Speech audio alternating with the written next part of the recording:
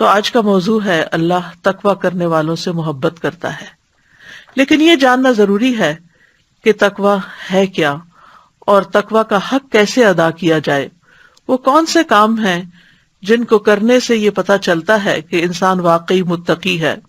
جہاں تک سورۃ آل عمران کی اس آیت کا تعلق ہے تو یہ آیت اسلامی اخلاق کے اصولوں میں سے ایک بہت بڑے اصول پر مبنی ہے۔ اس میں اللہ کے بندوں کو تقوی اختیار کرنے کا حکم دیا گیا ہے اور پھر اس پر ثابت قدم رہنے کا اور موت تک استقامت اختیار کرنے کا۔ تو تقوی کیا ہے؟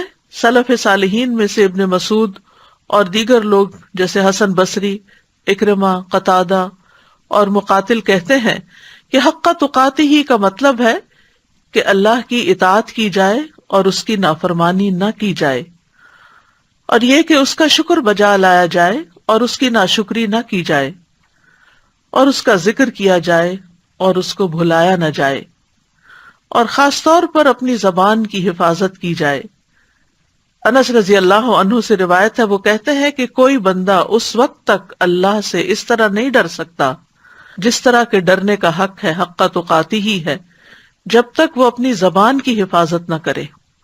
تو کرنے کے کاموں میں سب سے زیادہ اپنی ہی زبان کے شر سے بچنے کی ضرورت ہے۔ اور وَلَا تَمُوتُنَّ إِلَّا وَأَنْتُمْ مُسْلِمُونَ، اور تمہیں ہرگز موت نہ آئے مگر یہ کہ تم اسلام کی حالت میں ہو، یعنی اپنی صحت اور سلامتی کے زمانے میں اللہ کی اطاعت پر قائم رہو اور تمہارا خاتمہ بھی اسی پر ہو۔ انسان کو یہ تو نہیں پتا کہ وہ کب مرے گا، کیونکہ یہ بات اس کے کنٹرول میں نہیں۔ ہاں، اس کا اپنا حال اس کے کنٹرول میں ہوتا ہے کہ وہ اس میں کیا کرتا ہے۔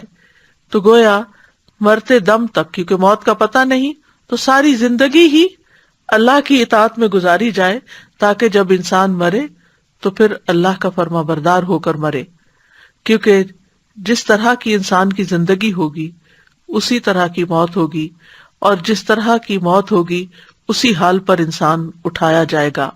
یعنی جو شخص جیسی زندگی بسر کرتا ہے اسی کے مطابق اس کو موت آتی ہے اور اسی کے مطابق پھر وہ قبر سے اٹھایا جائے گا۔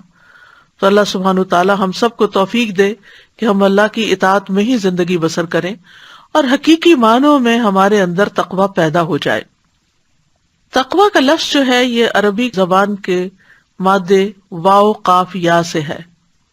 اصل میں یہ تھا وقوہ، لیکن پھر یہ تقوی ہوا، جس کا مطلب ہے ایک چیز کو دوسری چیز کے ساتھ ہٹانا اور دور کرنا۔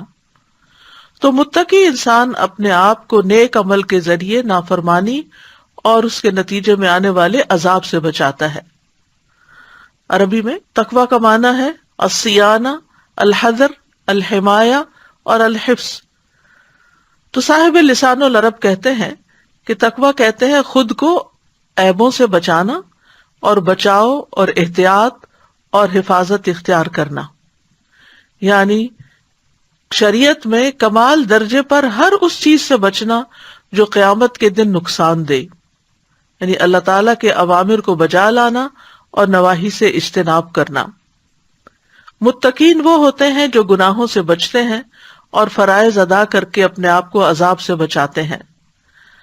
حضرت علی رضی اللہ عنہ کہتے ہیں کہ تقوی گناہوں پر اصرار کو چھوڑ دینا ہے، یعنی انسان کمزور ہے، انسان سے گناہ ہو جاتے ہیں، لیکن متقی انسان گناہ پر اصرار نہیں کرتا، غلطی ہونے پر وہ فوراً اللہ کی طرف رجوع کرتا ہے۔ اور فرمایا کہ تقوی کیا ہے؟ الخوف من الجلیل والعمل بالتنزیل والقناعۃ بالقلیل والاستعداد لیوم الرحیل۔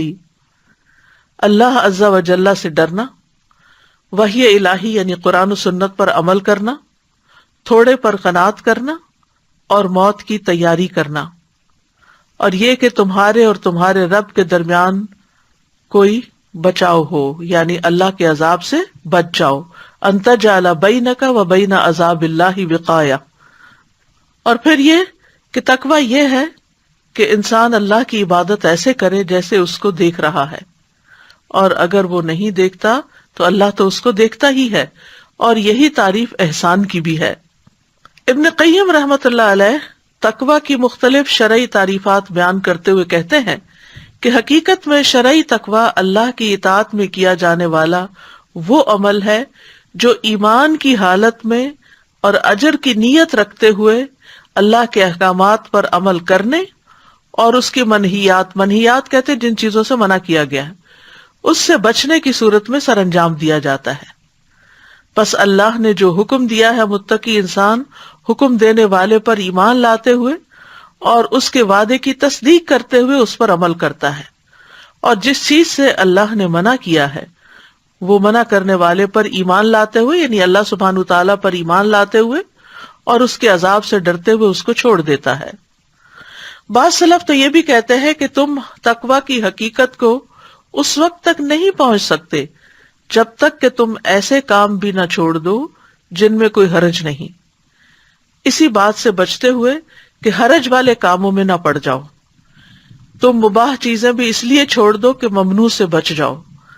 فیروز آبادی کہتے ہیں کہ تقوی سے مراد ہر اس چیز سے پرہیز کرنا ہے جس میں نقصان ہو، یعنی نقصان دینے والی اور خصوصاً آخرت میں نقصان دینے والی چیزوں سے بچنا، اور وہ ہے نافرمانی اور فضول کام، لغو کام۔ اسی طرح ابن عمر رضی اللہ عنہ کہتے ہیں کہ بندہ تقوی کی اصل حقیقت کو نہیں پہنچ سکتا جب تک کہ وہ بات بھی نہ چھوڑ دے جو دل میں کھٹکتی ہو، یعنی دل میں شک ڈالنے والی اور کھٹکنے والی بات کو بھی چھوڑ دینا چاہیے۔ اسی طرح یہ بھی کہا گیا ہے کہ تقوی سے مراد نفس کی لذتوں کو ترک کر دینا اور خواہشات کی مخالفت کرنا ہے۔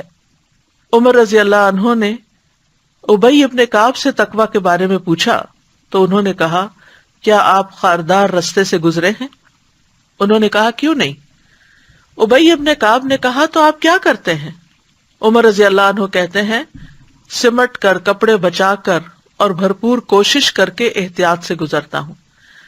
ابی ابن کعب نے کہا، یہی تقوی ہے، یعنی گویا دنیا ایک خاردار جنگل ہے جس میں طرح طرح کی آزمائشیں ہیں، اس میں انسان کے لیے اٹریکشنز ہیں، ڈسٹریکشنز ہیں، جس کی وجہ سے وہ اپنے سیدھے راستے سے بھٹک جاتا ہے۔